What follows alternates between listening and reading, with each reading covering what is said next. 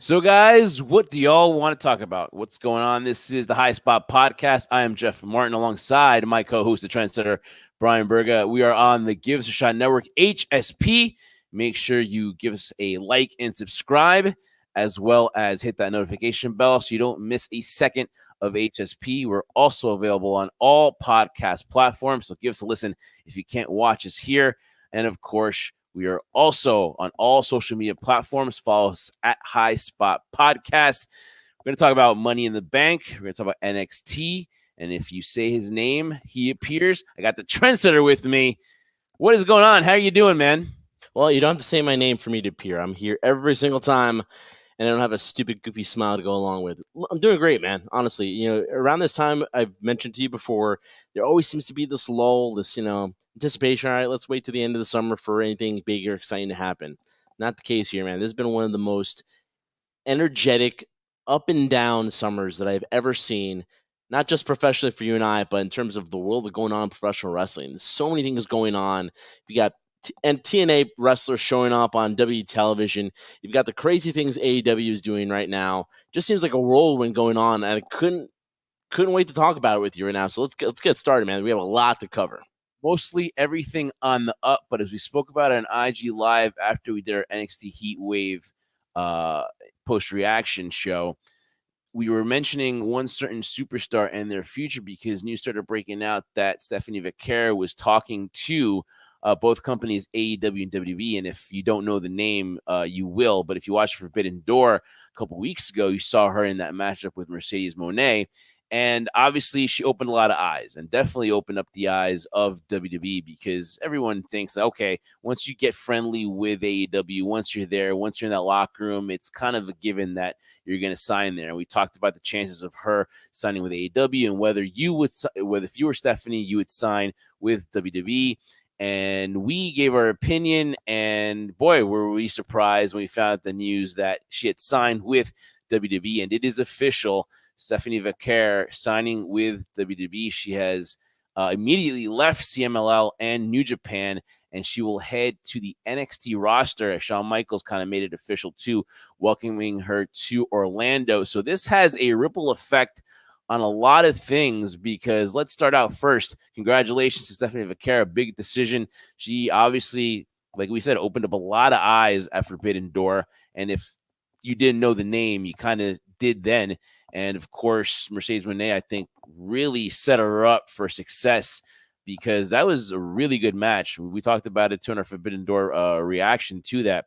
That was very, very half and half as far as the action back and forth, and you really saw Stephanie highlighted in that match.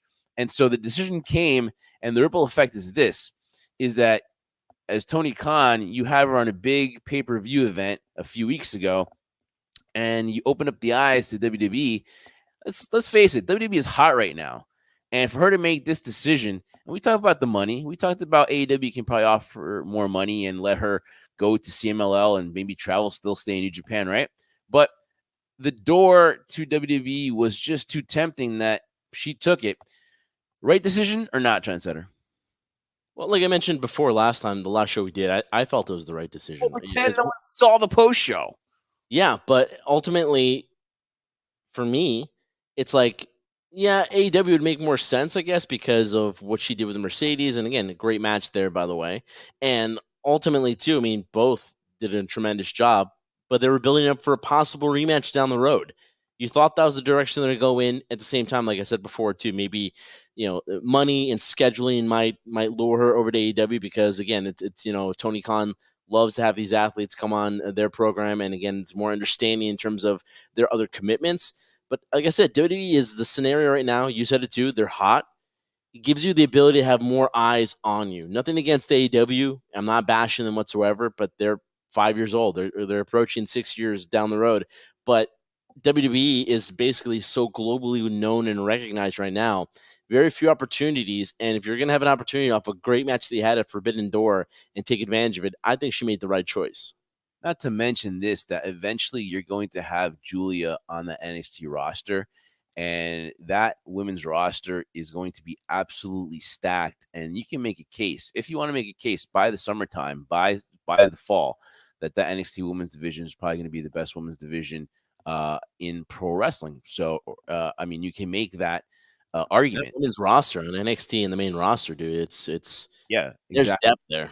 There is a lot of depth, and the ripple effect is this: you had her on your show, and then to lose her, that's a little bit damaging. I don't care how you spin it. You promoted her on your pay-per-view in a high-profile match against your top free agent signing of all time, and then you let her slip through the cracks. Now, if this wasn't obviously AEW fans love to point out how WWE's missed out on the Will Ospreys, on the Okadas of the world. Well, this is a big signing for Triple H and Shawn Michaels. And let's be honest, there is a different feel with these two guys at the helm of WWE. For Shawn Michaels, for his reputation, for his resume as a pro wrestler, a Hall of Famer, could be on anybody's Mount Rushmore. For him to have that pull and to be able to have these athletes come to him and feel comfortable and see what he's doing with these talents. NXT Heatwave was amazing, and she was backstage as per Fightful saying that she was backstage at NXT Heatwave. So you're back there. You see this energy. You see all of this. The WWE is high right now. How could you not want to be part of that? And when you go to AEW and you see the fans not showing up there, the pay-per-views are different. There's a whole different level. Fans are there. It's like a party. But when you go to these live events and you go to the Dynamites and you're just not seeing, as CM Punk pointed out, the hard cam empty, right? Obviously, that's got to be a deciding factor. And also talking about the global standpoint. But the ripple effect too is, I want to get back to that, is how do you let her slip through the cracks? It's just it's a tough blow, if you ask me. Well, Jeff, when we look at Stephanie in terms of her notoriety and her basically how well she's known into the die-hardcore fans, people know who she is, right? I wouldn't say a lot of people would. I mean, I'm not trying to offend her. I think it's a good signing by WWE, but I can't compare it to the Will Ospreys and the Mercedes Monets too. She's not there at that level particularly. Can she be there at that level? I think so. I mean, talent-wise in the ring, literally she held her own, and I think sometimes superseded Mercedes. Again, that's part of the collaboration between the two of them and how well they work together in the ring at Forbidden Door. So for me, it's not necessarily a steal. It's more of just showcasing that the talent now will look at it as if, okay, here's an individual that was presented an opportunity on AEW television for a pay-per-view. They've known the inner workings of how it works. And now, because of that platform, which I'm sure was a little surprise to AEW, saying, "Oh wow, we thought this was going to be a done deal. You're gonna, work a series of matches, probably Mercedes. I don't know. I'm just guessing at this point." And then from that vantage point, we're going to start, cross promoting more and more in terms of how her schedule dictated her availability. And then to go and be invited by WWE shows one thing: AEW is watching what AEW is doing because they saw her, and then for her to be backstage to see how the inner workings of WWE works compared to AEW, she made her choice. As much as the machine is well known of WWE, and we know how the inner workings of AEW, when you compare the two, and everyone always criticizes WWE is more scripted. You go through writers, you go through this, as opposed to it's more free range and a little bit more laid back in AEW. She chose the other one. She chose the latter. She chose I guess in her terms, the one that was going to present her or give her the better opportunity to be more well known and more exposed in terms of notoriety than she wanted to. So I wouldn't say it was a damaging blow in terms of, oh my God, they stole her from underneath her hat. I think it's a blow, but not a big significant one, because right now at the same time we have to see how WWE uses her. If they use her in a way that showcases her talent and showcases her and shows other talent and other promotions like Mexico and Japan, that, hey, listen, you can come in, you can be a foreigner, and we're going to use you, because WWE hasn't had the best track record of talent coming from international side and translating with the crowd very well. So if WWE can do a good job with this, they're showcasing to other talent that, hey, the door's open for you as well. So that could be the blow for AEW. I think that is the main focus too. That talent too. Those the people that are on the fringe are seeing what's going on in NXT. We'll talk about the show in general from this past Tuesday night, and we'll give you the example of how hot NXT is right now. Hot, maybe a little too a bit of a strong word. How strong the shows have been. Let's just bring it there. It's really definitely a big story in Mexico, because they didn't expect her, I think, to leave this soon and abruptly too, because she's vacated the titles. So we'll see what happens with that, and that's on their end too, to see how they're going to work it. But she's immediately left. And when you take a look at the fall, it's exciting for NXT because that roster, like we were talking about, is going to be loaded with superstars like Julia, like Stephanie Vaquer. So it's going to be really fun to watch NXT as they head into CW too, coming up in the fall. So they're building up for that trendsetter. That is the breaking news. And of course, we'll obviously talk about this on the weekend as well, see if there's any more news coming out of it. But that is the breaking news as we open up this week's show here on HSP. All right, trendsetter, Monday Night Raw, and it's just been continuing this these amount of shows that we've had. So it's time to get Raw, and it's time to talk about this past Monday night. And listen, another strong episode as we're coming out from Money in the Bank. And we'll get to Money in the Bank as well. But, of course, the top story is Mommy is back, trendsetter.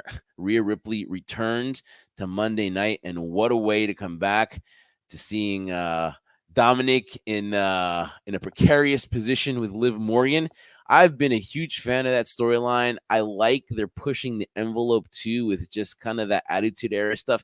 Not too crazy, not too far, but it kind of gives you that nostalgia of what the Attitude Era was with some of the scenes between Dominic and Liv, and just the great work between two of the Judgment Day and their reactions to Carlito's killing it. I'm glad he's kind of got a roll into this now. He's become kind of like that comedy guy, but in a good way. Just your thoughts on Mommy coming back. I think this will be the only time I'll ever say this on this show. Who knows? I could be wrong, but I think this will be the only time I'll ever say it. I have never been more jealous of Dominic Mysterio in my life, man. Do I Man, wish that I was him right now to be in the storyline, to be able to work with Rhea Ripley and to do this, comedic, tongue in cheek kind of thing she's doing, Liv Morgan. It's amazing, dude. It's one of the best things I've seen right now on the show. One of the and again, hey, listen, I have to give credit where credit is due too. And I always saw the talent in Dominic in terms of in ring work, but you always wondered, could he transition? Could he get himself out of, as most second or third generation superstars find themselves in the issue where, can you escape the shadow of your predecessor, of your father, your uncle, your whoever? And Dominic's done that. He's become his own man right now, and it's just been amazing to watch the transition. That mullet, Jesus. I will have some heat on him, though. He's got to stop stealing my mustache, dude. Like, come on, dude. That's enough's enough, bro, with that. you're He on. does look a lot more like Eddie now, more than anything, doesn't he? Well, his dad, of course, his true Yeah, dad. he looks more like his true father. But Oh, dude, it's been some of the best thing I've seen. I would say honestly too, in terms of with Mommy being back, it's kind of what we thought. We were wondering whether, she was going to come back during this Raw or, closer heading towards SummerSlam. But, it was reaching that boiling point when she's going to return. We knew she wasn't going to get surgery. We knew that she was doing rehab on it. So Mommy's back now. So now it creates a scenario where Liv was out for a while. She came back, got some revenge, did the same thing to Rhea Ripley. Now she's out for revenge too, but now it pits the scenario of where do the loyalties lie for Dominic Mysterio? Which side is he going to choose? That's the intriguing thing, which I think will lead to obviously the biggest event for WWE in the summer, SummerSlam. But my goodness, dude, you couldn't have asked for anything better. And especially Jeff, especially towards the end when Liv Morgan ran out of the ring, you saw Rhea Ripley so mad at Dominic Mysterio, and then you saw Liv Morgan in the corner there, looking through the curtain and smiling that devilish little smile that I love from Liv Morgan, dude. She has become, through this whole process, we thought, again, she was going to be lost in the shuffle when she came back from injury. Now she has found her own. She is her own person, too. And it's great to watch that. It's great to watch a guy like Dominic Mysterio. We saw that with Rhea a year ago, and now we're seeing this with Liv Morgan, dude. It's great. It's amazing how these people who in the past didn't get these type of opportunities are now getting them. But more importantly, they're running away with it right now. Liv Morgan has shined, no doubt about it. This role has just really elevated her. Before, when she won that title from Ronda Rousey at Money in the Bank, you kind of were like, yes, that was a great moment for her, but then the way she carried herself, okay, it was nice, but this run has been amazing. You can tell just the confidence that she has with what she's doing, and you can tell that she's making that title. So this reign, no matter what it was for, it's really elevated Liv Morgan into this different status too. So that's great to see her. And then of course you go back to this whole Judgment Day scenario too, and whether there's going to be sides that are going to be picked, whether Rhea Ripley, if you think about it though, the only person she's had contact with has been Damian Priest. That is the only guy that she's talked to. Mm-hmm. So you got to feel that maybe Dominic feels a little slighted here too, that it's his mommy, and his mommy's been talking to Damian Priest and hasn't really been communicating with him. So a lot of layers to this story going on, especially the whole scenario of Damian Priest as well. So I'm sure we'll get into of where he lies with Judgment Day. So though Dominic hasn't talked to Rhea, and it looks like Carlito, JD, and Finn have been easily bought by Liv. So there's a lot of turmoil there, and obviously also finding out that Rhea has been internally written in as a face now on the roster. So the Judgment Day still stays heels. So we'll see what happens there. But it's going to be a great dynamic now that she's back. We don't know if she's still fully cleared though. So that SummerSlam, while it looks like it's going to happen, it's still up in the air a little bit to see if they get that match for SummerSlam. But SummerSlam is shaping up to be a strong card if they can get Rhea versus Liv. That should be an unbelievable match, but I'm looking forward to next week. It's a must watch, and I think them cutting off and not seeing that full reaction afterwards to make us want to see the digital and make us go find this stuff over. I don't know how crazy the downloads have been and the views, but it has gone crazy in watching that whole reaction too, and the way they did the whole Dominic looking up, and then the reactions by all of them, really just well done. And that's just one of the reasons why Monday Night Raw has been so fun to watch.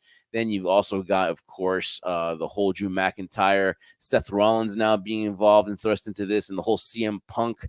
And I know you have a lot of opinions on CM Punk, but that also too was very interesting to open up with CM Punk talking about Drew, and then Seth Rollins coming in, and of course from Money in the Bank. All this intertwines. That's why it's so great. I can go back to it because everything is basically like in a timeline, because it's just the story has been told so well. I can actually go back to it because there is a sequence to all of this, right?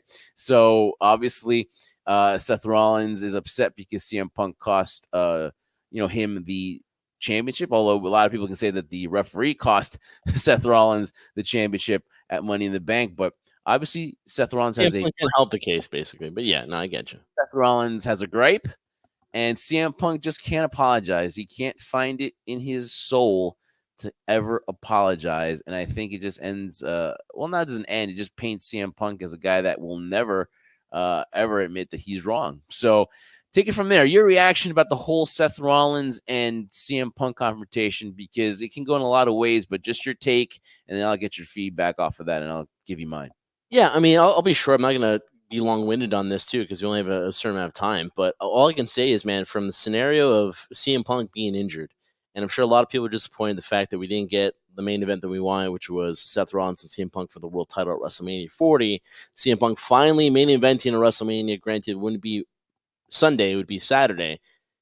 This is the best thing that ever happened, in my opinion, to CM Punk. It's the best thing that ever happened to Drew McIntyre. It's the best thing that ever happened to Seth Rollins, because instead of it being one linear story, now we have several ones mixed in, like you said before, and that just creates, in my opinion, compelling television, compelling storytelling, because everyone has a gripe. And I think through all this scenario, I mean, we knew where Seth was, we knew where CM Punk was, but to have the emergence of somebody, in my opinion, who's been there for a while, but in my humble opinion, finally arrived when he knew this was his last opportunity, was in the middle of negotiations of re-signing with the company, and knew this was my last opportunity to showcase that I belong on that main event level. I belong to be a top talent, and I'm talking about Drew McIntyre. Has done an incredible job.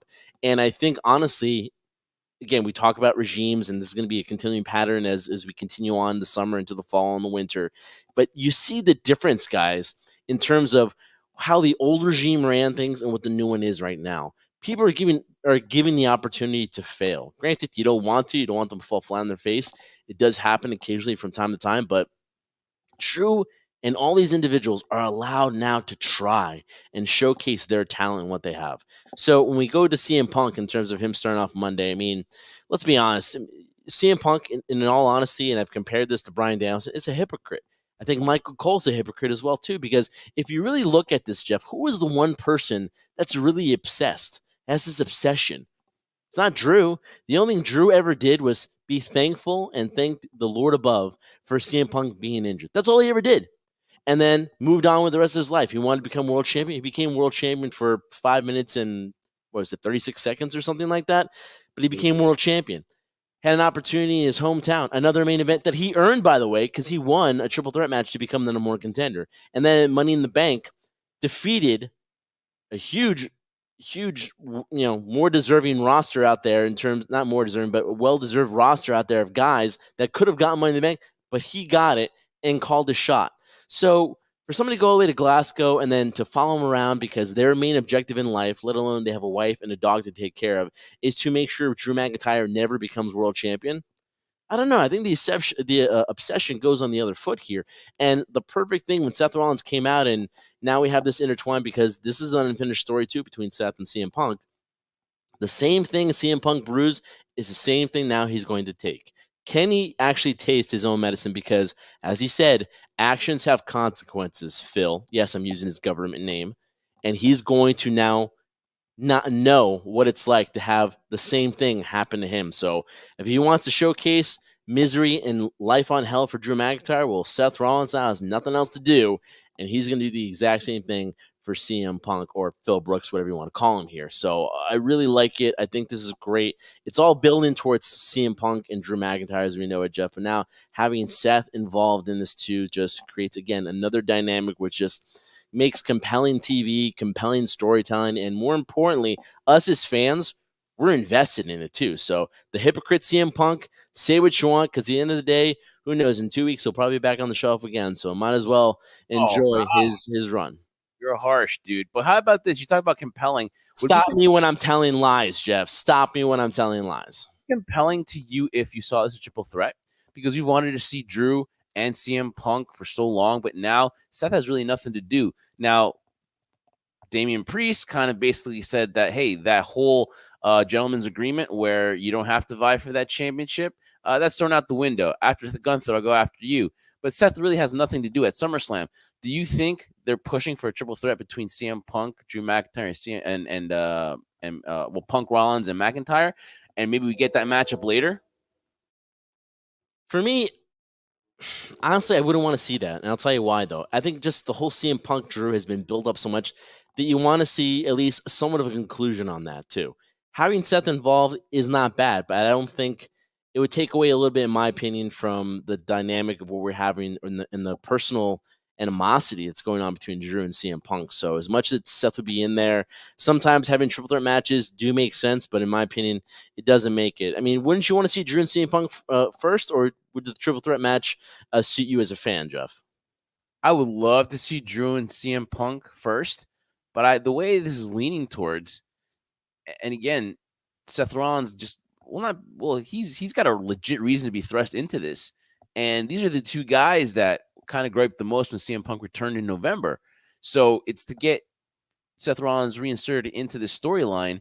And when you're thinking about it, though, what happens to Seth, though? Is he just going to stand by the wayside now that Punk is cleared at SummerSlam? If he's going to be clear, let's just say he gets cleared, and it's CM Punk and Drew McIntyre, there's going to be there's going to be consequences to Punk's actions. And if you think that Seth Rollins is going to stand idly by and see that match go unfold and have a chance for CM Punk to get his revenge, I don't think so. So that's why I think I see this, as much as we want to see CM Punk and Drew, I think, too, another way to protect Punk, like you said, he's so easily fragile, is to not have him in a one-on-one bout right away and do it in a triple threat. Do I like it? I mean, if I say I didn't like a triple threat between those three guys, I'd be lying. But I kind of was looking forward to Drew and CM Punk. But if you get this, I would understand why. Well, there's that, and then obviously we'll see what happens because we have a few weeks till SummerSlam, and again, the card is shaping up to be really good. So we have the whole Liv Morgan and Rhea. We've got Seth and Drew and Punk. So let's talk about two. How about Braun Breaker? How about the evolution of Braun Breaker? Another hard hitting Monday Night Raw for him. He's still in that title picture against Sami Zayn. I think eventually the plan is for Braun Breaker to be the Intercontinental Champion. I think so too. but I do like the waiting period it's happening here. It does create. I mean, as much as they're making Braun Breaker, who my God looks so much like his father, it's ridiculous. He looks literally a spitting image of him, right? But it creates the level of, as dominant they're trying to make him. It does create the fact that he is beatable. It is possible to beat him. He's not this unstoppable force. It's happened now. But again, it puts back Sami Zayn as, again, what he does best, as being the underdog, right? So it creates, in the scenario now that, you have Sammy, you have Braun, you have Ilya in there too. It creates a scenario where, who knows, maybe you just talked about it before, right? With CM Punk and Seth Rollins and Drew McIntyre. Maybe we get a triple threat match for the Intercontinental title. It just seems like everything is working in the scenario where Braun will eventually get it. But I do like this waiting period they're doing, because the scenario, like, let's say a SummerSlam, if it does happen, we don't know, no match has been set. That'd be a pretty nice stage if you're going to win your first main title on the main roster. Oh, no doubt about it. And I think Sammy continues as a as that face continues to bring that title, to keep it at that level that Gunther had it. I don't think there's been a drop off with Sami Zayn as a champion. I think all his matches have been great. I think a little surprising that Money in the Bank that did happen though. So a lot of people thought that, hey, that was going to be the coronation. But you bring up an excellent point. Why not do it on the biggest party of the summer time in Cleveland for SummerSlam and have that be Braun Breaker's coronation? And I mean, the sky's the limit for this dude. And I think what I liked is that this guy can deliver on the promo as well. He's got that, like, the mannerisms, the facials, which just are things you can't teach. That whole fake out on Adam Pearce was great. I mean, just the little touches too. I thought that was funny when you look back at it as well. And then him dropping the Steiner line too at their post match, when he's like, the Steiners. I mean, that little hint that he's a Steiner also is a good reminder to everybody, hey, that this guy has got a great lineage too, and that this guy is bound for success. So again, another great job for Braun Breaker too. Sky's the limit for this dude. The women's division trendsetter is is taking shape, and I think too that Triple H has done a great job in adding stories beyond just the hunt for the women's championships. And I think if you take a look at it, I think Triple H is a fan of factions as well, because we're getting this I'll brand. give you that hint. And I go, there's nothing wrong with factions, dude, because you can create storylines within factions, and it kind of helps the stars develop. Because you're always gonna find one star, one diamond in the rough in between those factions, because one will the cream will rise to the top in one of those factions. So you have this new faction with Sonya Deville, Zoe Stark, and Shayna Baszler. And again, we talked about Shayna Baszler and how she's, to us, is deserving of a opportunity, but now she's put in this faction and they're going up against Damage Control. There's rumors too about a women's Intercontinental Championship or United States Championship. There might be more titles added, so it is very exciting right now in the women's division. I don't know how excited you are about this faction forming, but listen, Damage Control is getting a little stale. Damage Control needed something, and I don't know if they're going to become now this face faction with the additions of Deville, Baszler, and Zoe Stark, because they're heels, right? So I don't know if there's a new direction for Damage Control, but they needed this in the worst way, because since the whole Bailey, leaving and her kicking her out, they've gone, they've really dropped. So I like the stories. I kind of like the factions. What are your thoughts on the women's division going forward? Oh, we talked about it before in the beginning. I mean, that roster is gaining a tremendous amount of depth in terms of their talent.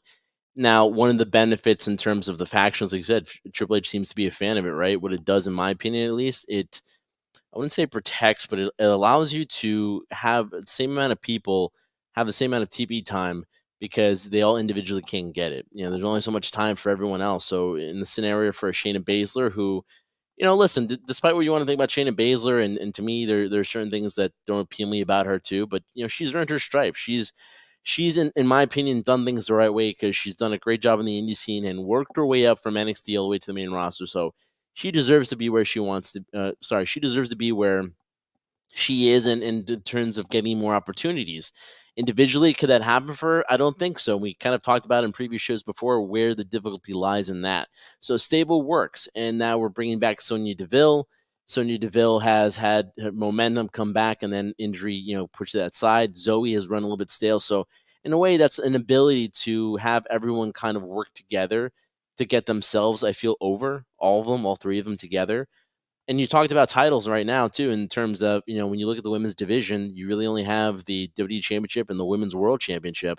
Now to have secondary titles, great, but when you're looking at it, Jeff, just not just from the women's roster, but you look at the men's roster too. We're looking at the Wyatt Six, and then you look at AEW, for example, and the Dark Order, and then you're looking at all these factions being brought up, right? Oh my God, Is I would it fetched to be a trios championship title no, reign? no, it doesn't work. Is that too much? No, that's to me. That's too much. To me, it was a nice idea, but that trios thing is that's just too many. That's just too many. And I'll leave it at this. I would never put Dark Order and the Wyatt Six as early stages of Wyatt Six. I would never put them in the same. I would never put them in the But same. they're a faction, aren't they, Jeff? They're- That's the point I'm trying to make here. I know it's apples and oranges, but again, we're trying to compare levels of scenarios of where you have a scenario in a different company with the Dark Order, where, I mean, listen, you have Aleister Black, Buddy Murphy, and Brody Lee. You cannot tell me you cannot make stars out of those guys. That's the House of Black. That's not the Dark Order. Yeah.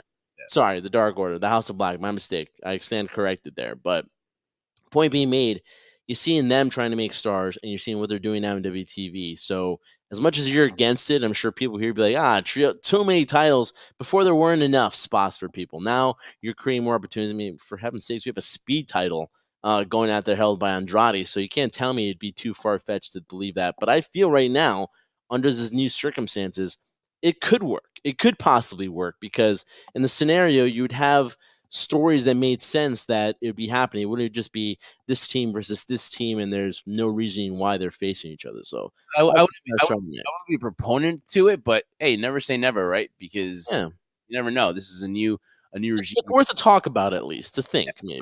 So I will never shoot it down. But what I just like, I mean, look at those titles in AEW, like the international. I mean, you got Jim Cornette calling it the Intercontinental title, the International Championship, the Continental.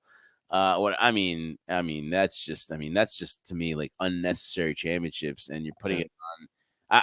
I don't know. I'm for the women's championships because you just want to see that. Eventually though, I do think there will be a women's show.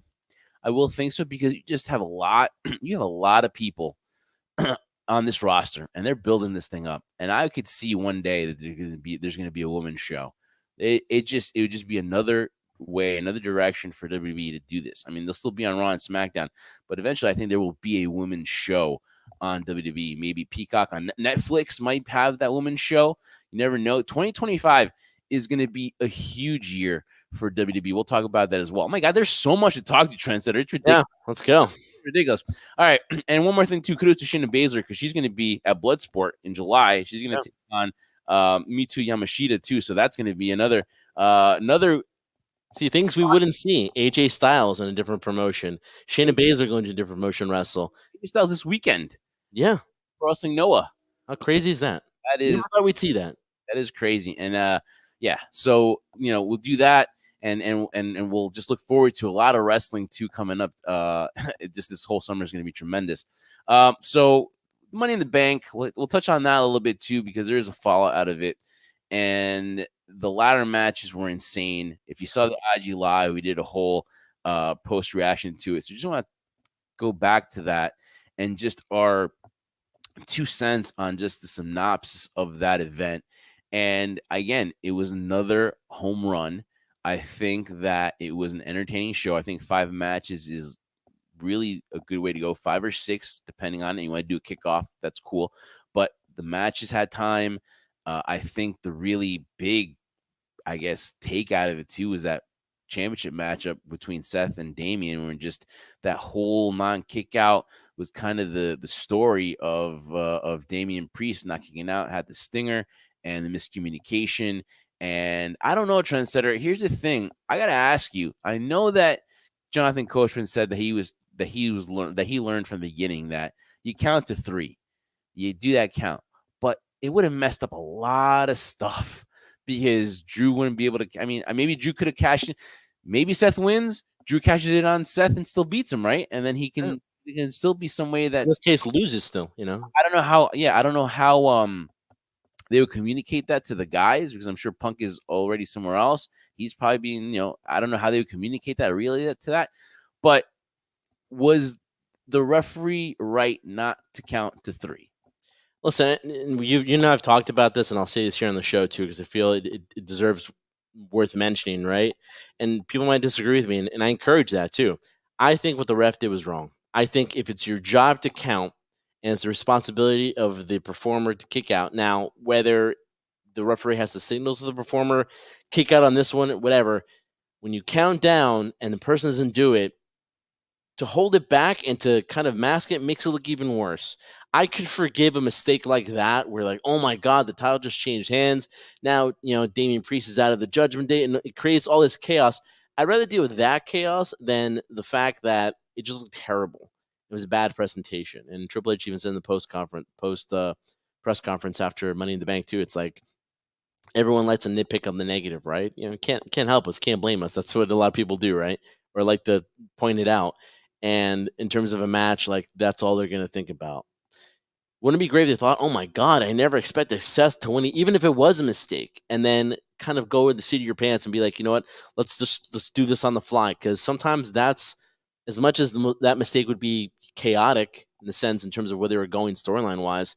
Sometimes the best things comes from those types of mistakes. So I think the ref was wrong. Whoever was wrong, he should have counted to 3. If he didn't kick out, he didn't kick out and move on there. I'd rather do that and ask for forgiveness later than to do what happened and it just looked terrible and everyone looked bad on that. So It's tough because for some reason pro wrestling is held to this level where you can't fuck up, right? You can't, like, you botch something, you're expected to be on 100%. Just like athletes in professional sports, you're not supposed to leave that pitch right in the middle of the plate, right? Because you're better than that. Same thing in pro wrestling. We have these expectations that they can't mess up. Same thing with talent, same thing with refs and stuff like that. But hey, it happens. And yeah, I am to the opinion where I agree with you. He should have counted to 3.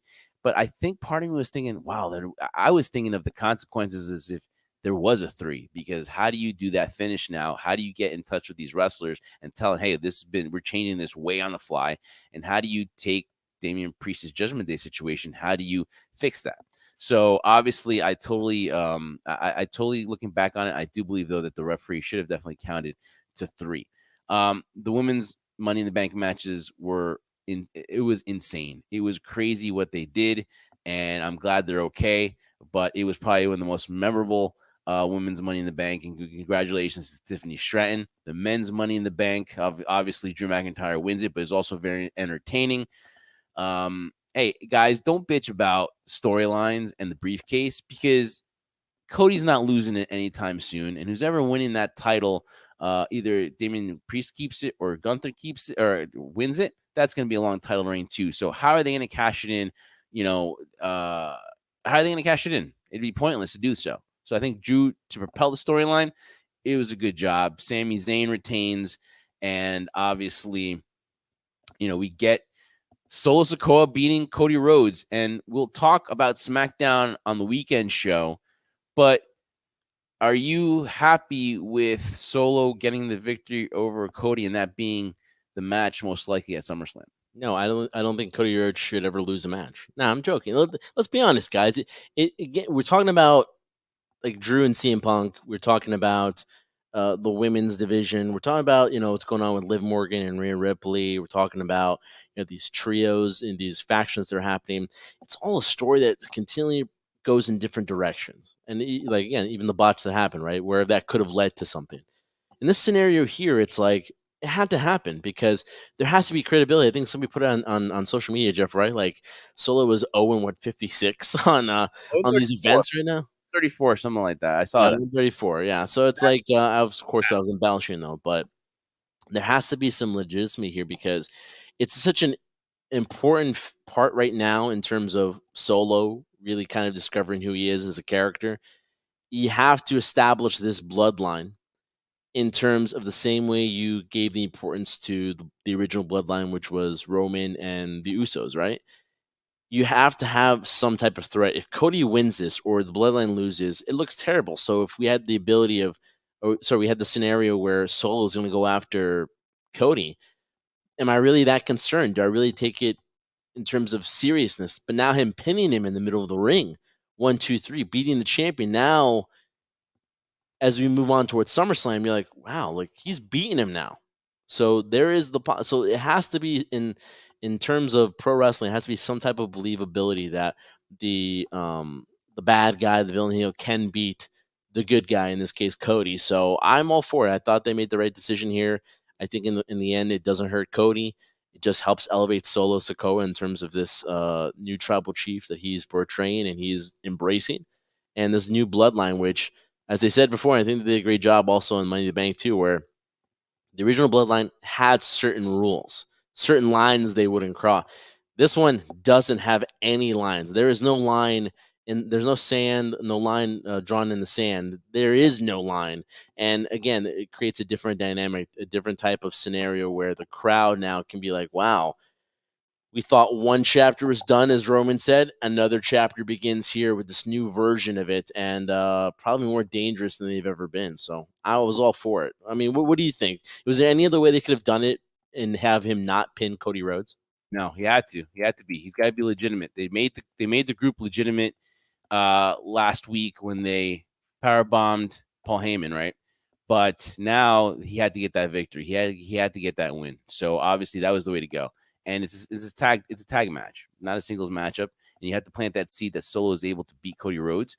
And we'll see, because all this is leading to hopefully the return of the tribal chief, Roman Reigns, and see if he interferes at SummerSlam. But that is what we're looking forward to for SummerSlam. And that kind of puts the ribbon on Money in the Bank. Again, guys, we go on after every pay-per-view or PLE, depending you watch AEW or WWE, and we come on and we discuss this. So we touched about this as well. So make sure you hit up our IG lives and check as we recap all the shows. All right, Trendsetter, really quick before we head to NXT and close this out. We waited a long time for the WrestleMania documentary. And we waited and waited and waited because we were so excited after WrestleMania. And then 3 months later, it comes out. An hour of, I say, Rock propaganda to show everyone how I think Rock was a genius. I think that looking back on it, the only thing I think of why it took so long is because they had to get their story straight.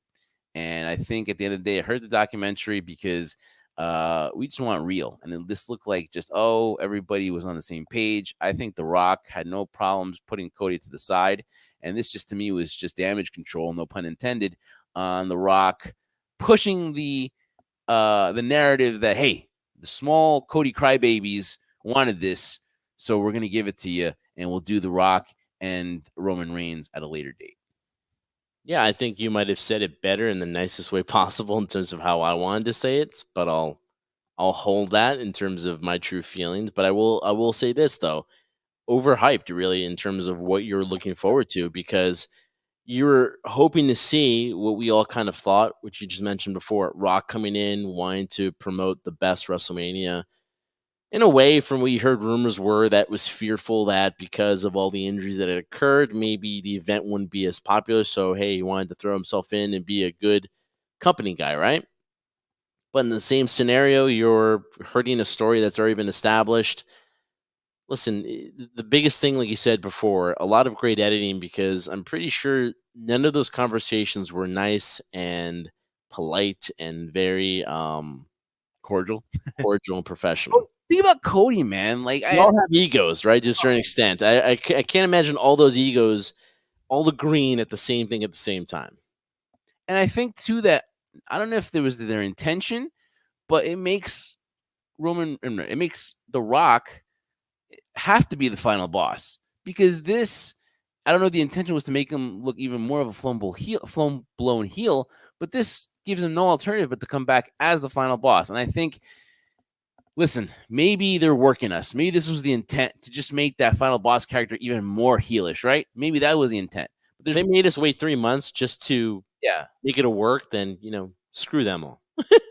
Because I'd wait 3 months for this. The last thing is, maybe Triple H, I kind of surprised that he had no plans for Cody after that, right? Because I kind of feel like that Triple H is very prepared. So my theory is that Triple H bet that I think he bet that Cody Rhodes eventually down the road, the fans would call for him to be in that main event. So I think that's why Triple H, till the very last second, because he took the brunt of it. I'll take the fall. I don't think you get a guy like Cody and you have him on your side and not have a main event match planned for him if that were to drop. I think that Triple H was he was dead set on Cody Rhodes being in that main event. Yeah, from what I got from the documentary, if I got anything from it, it was probably the scenario that the only one that was leaning more towards Cody, besides the fans, obviously during that time, was Triple H. Yeah. So as much as they were pushing forward with this, I think the reason why Triple H made that comment, like I don't know, is one similar to we talked about the whole Damian Priest referee thing, right, with Seth Rollins. If it had happened, oh my goodness, you're really thinking this on the fly, and it could have been a last minute thing where like I wasn't like Shawn Michaels would be like, I don't know, I wasn't ready for this type of thing. That's my Shawn Michaels impersonation.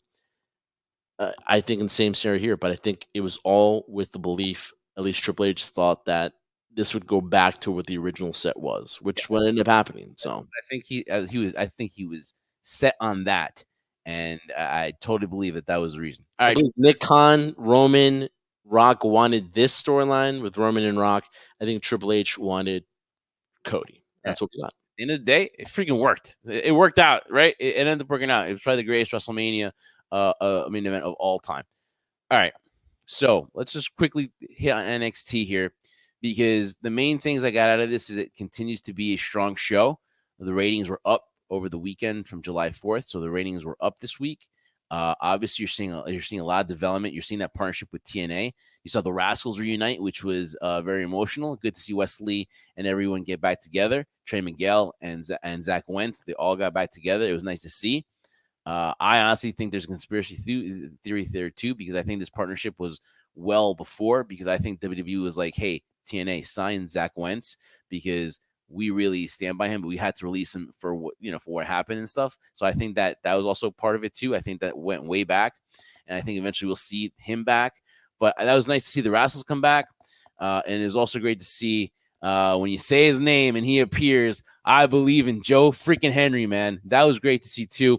Great to see a TNA guy beats an NXT guy in the middle. He gets pushed. Dude, I mean, what is this? What age are we living in, man? So great to see. This is how a partnership works. Yeah, exactly. This is how a partnership works.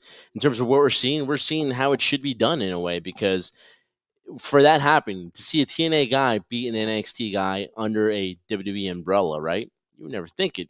WWE can't lose. No guy can lose. Not in this scenario, too, because it doesn't hurt WWE.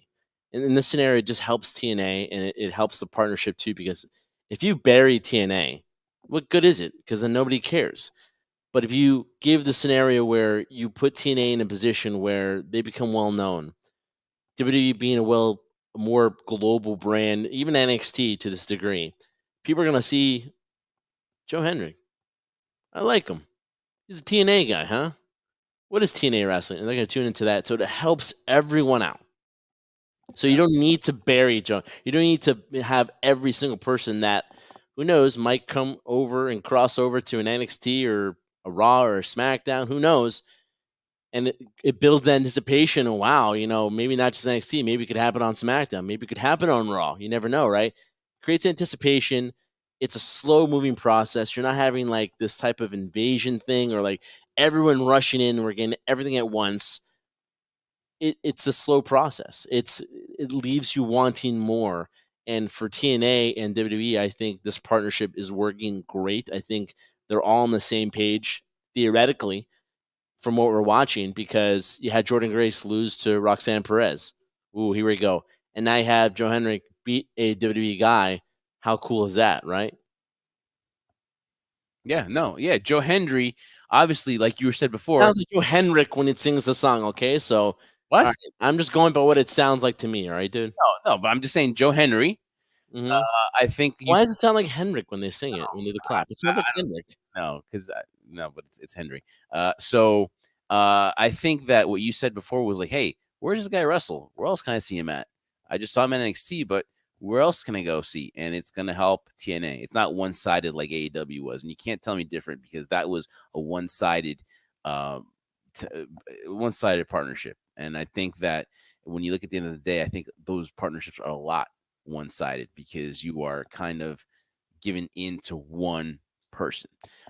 So that was NXT Slam Sessions. A really good show for NXT.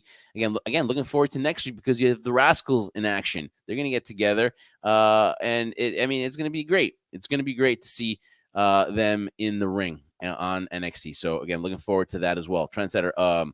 My final take on this week as we head into the weekend show, because we're going to do Dynamite and we're going to do SmackDown, right? And we're going to get into all the wrestling from the weekend too, especially the AJ Styles Pro Wrestling Noah.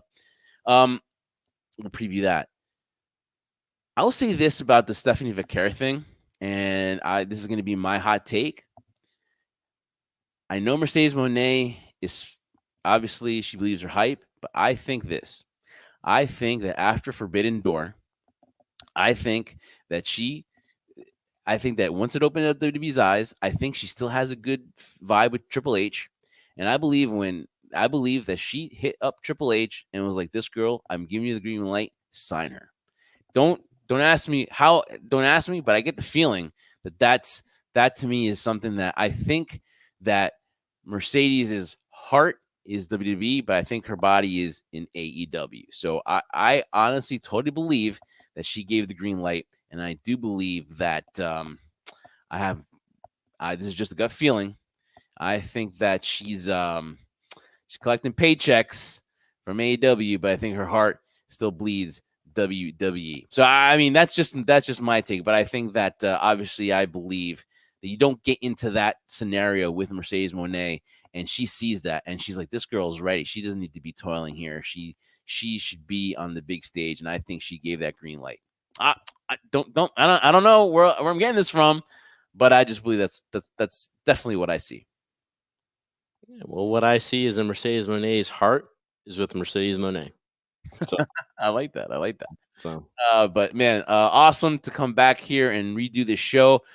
We're able to talk about Monday Night Raw and talk about all this stuff, and there'll probably be more breaking news for the weekend show, but definitely we'll talk about all that, guys. And it's been so great. Make sure you listen to us on all our podcast platforms, Apple Podcasts, Spotify. You'll find HSP, and you can find us though on the video side here on the Give Us a Shot Network. HSP is proud to be part of Give Us a Shot. Make sure you give us a like and subscribe. Hit that notification bell so this weekend you can catch HSP as we talk about SmackDown and Dynamite. Trendsetter, great being with you, man. And close this is only the way you know how to close it out, bro. I wish I could say the same for you. But guys, we are the Jersey Wrecking Crew. He is Jeff Martin. I'm the Trendsetter Brian Berger. Thank you guys so much for listening to this episode. We always appreciate it. Remember, we do this for one reason and one reason only. We do this for you, the crew.